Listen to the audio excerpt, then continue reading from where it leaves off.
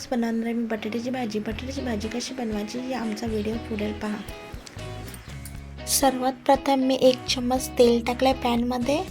त्यानंतर मोहरी टाकली आहे, ती चांगली तडकून द्यायची आहे. तडकल्यानंतर आपण जिरा टाकायचा आहे. जिरा टाकल्याच्या नंतर आपण कढीपत्ता टाकायचा आहे. कढीपत्ता चांगला हलवून घ्यायचा आहे. इकडे मी 2 छोटे कांदे घेतले चिरून आणि ते टाकलेले आहे. कांदा थोडा गुलाबी झाल्याच्या नंतर टोमॅटो टाकला आहे.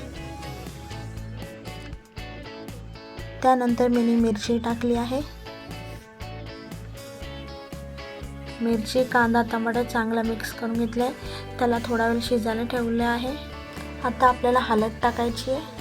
मीठ मी इथे अर्धा चम्मच टाकला आहे. चांगलं मिक्स करून झाल्यानंतर थोडं पाणी टाका.